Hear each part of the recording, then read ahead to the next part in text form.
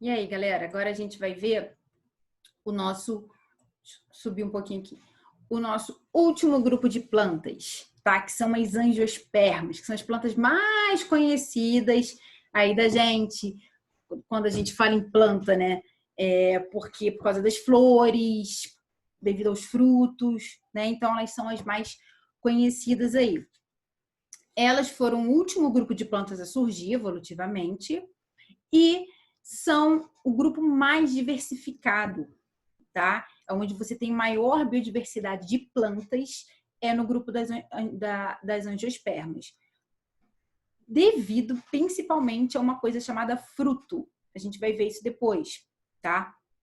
Porque o fruto ele pode ser carregado para longe da planta mãe e aí ele pode nascer em outro lugar. Então, quando aquela semente que está dentro do fruto germinar, ela vai poder dar origem a uma planta que não vai competir por recursos com a planta mãe, que não vai também se reproduzir com uma planta de parentesco muito próximo, porque aquele fruto foi carregado por algum animal, pelo vento, pela água, tá? Então, essas são as características. Esse é o grupo das angiospermas. Eles têm duas subdivisões: monocotiledônea e dicotiledônea, que a gente vai ver em outra aula, tá bom? Daqui, o ideal é a gente falar das características e da reprodução desse grupo de plantas. Então, olha só, galera. As angiospermas, como eu falei, são conhecidas por apresentarem evolutivamente plantas com flores e frutos, tá? Que são características exclusivas das angiospermas. Aqui a gente pode ver plantinha e o fruto, tá? Um caju.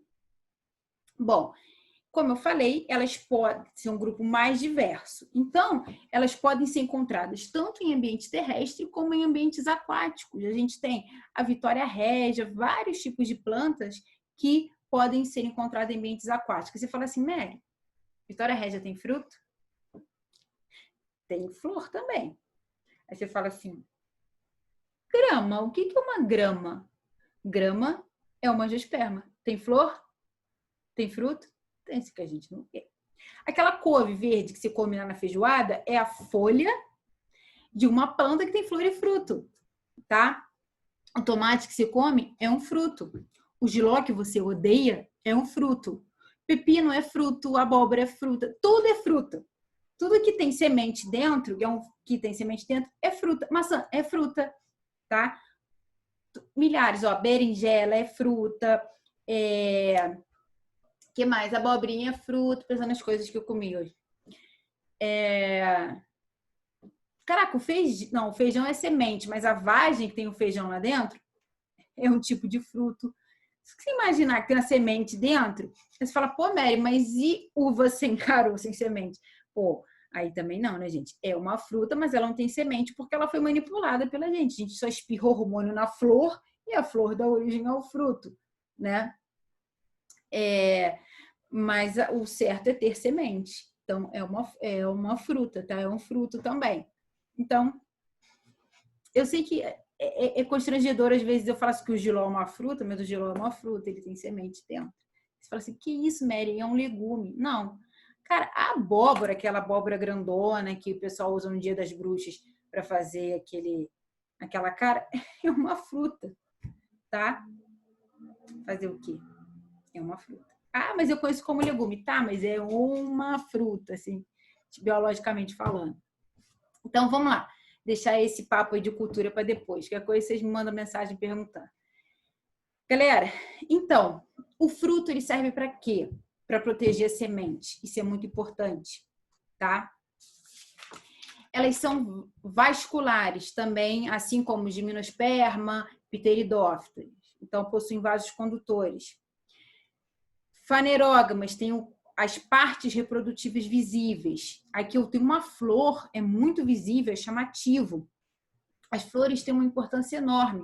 Por exemplo, as flores têm cheiro para atrair os animais, têm cor, tá? Tem às vezes o formato do bico de um animal, por exemplo, um beija-flor, para ele conseguir fecundar uma flor, porque às vezes ele traz pólen de uma flor masculina para feminina, ele enfia o bico dentro de uma flor. Essa flor pode ser mais alongada. Tem milhares de estratégias evolutivas que as plantas passaram a ter por seleção natural e por isso a diversidade toda. A gente, só para vocês terem noção, tem plantas que imitam insetos. Por exemplo, tem uma orquídeazinha que dentro dela, ali onde fica o pólen, parece uma abelha. Então, o macho chega ali atraído, porque acha que é a fêmea, se suja de pólen e vai fecundar a outra. Tá? Tem plantas que têm um cheiro maravilhoso para atrair animais que têm olfato sensível, né? Como morcegos e tal, como pássaros também. As cores atraem muito pássaro. Plantas, flores que têm cores muito vivas atraem pássaros porque eles têm uma visão muito boa. Então, isso é ideal para poder eles fazerem a polinização e assim, milhares de características. Então, a partir de agora, toda planta que você vê, que você olhar, você pode olhar a cor da flor e o formato e pensar ali no animal, né? No vertebrado ou no invertebrado, que consegue fazer aquela polinização. Isso é muito legal. Um fruto, a mesma coisa. Você olha assim para um caju, você fala assim, caraca, o caju, quando a semente está imatura, ele é azedo, ele é ácido, ele não tem um gosto agradável. Mas quando a semente está pronta para germinar, esse fruto passa a ser vermelho, mais viçoso, mais doce. Para quê?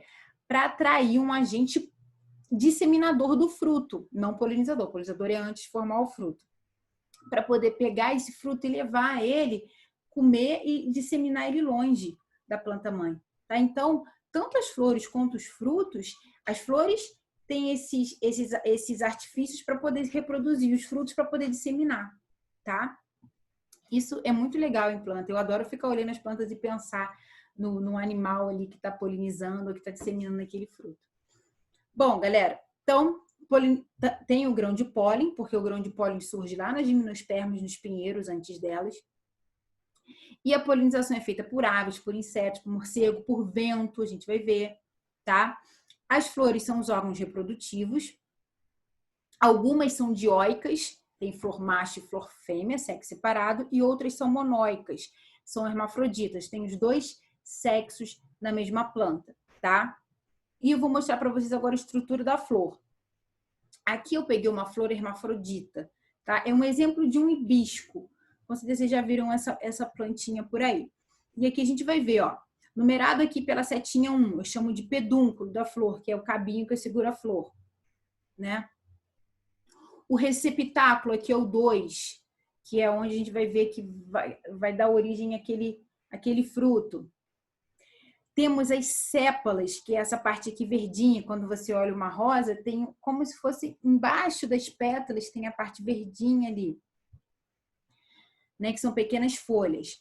As pétalas, que são folhas modificadas, então você fica lá, bem me quer, mal me quer, arrancando as pétalas da folha, você está arrancando folhas modificadas para atrair um agente polinizador, tá?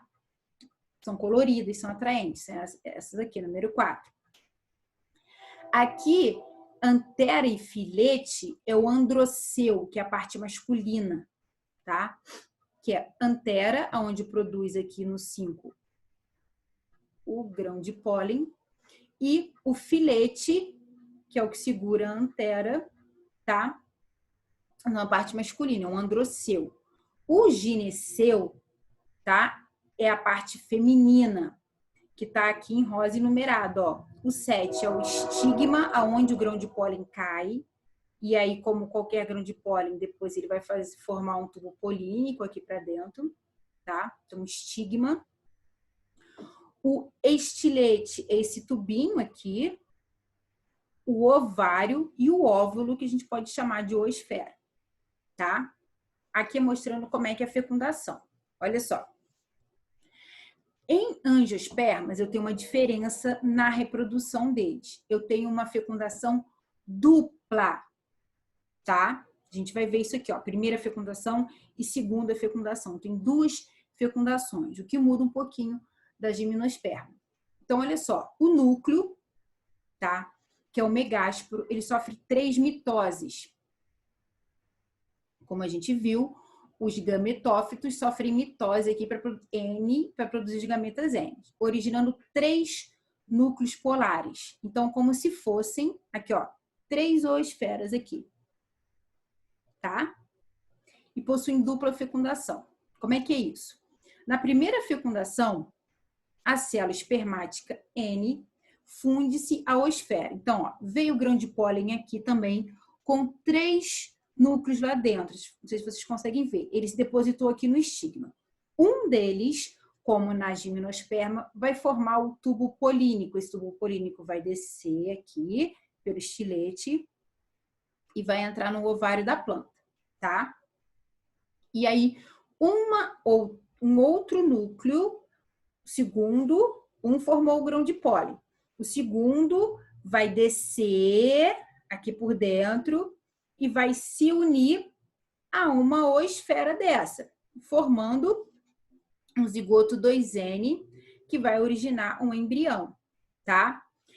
A segunda fecundação vai descer o terceiro núcleo do pólen aqui, desceu pelo tubo e vai se unir às outras 2 células que ficaram sobrando, os outros 2 núcleos aqui no ovário que ficaram sobrando, e vão formar o endosperma.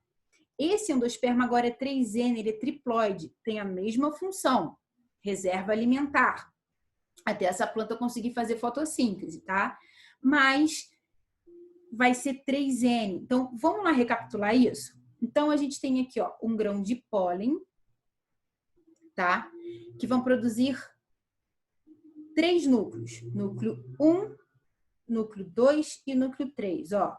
Núcleo 1, 2 e 3. E vamos ter aqui 3 oosferas, que a gente vai chamar de núcleo polar também. 1, 2 e 3. O que vai acontecer? Esse 1 aqui, ele vai formar o que a gente chama... Desculpa. Esse aqui, o número 1. Aqui, ó. Nossa! O número 1. Pronto. O número 1 vai formar o tubo polínico. Tá? Então, número 1, tubo polínico. O 2 vai descer pelo tubo e se encontrar com a primeira oosfera aqui. Então, ele tudo N, tá? Aqui também N. Então, o 2 vai se encontrar com a primeira oosfera e o resultado disso aqui vai ser um embrião 2N.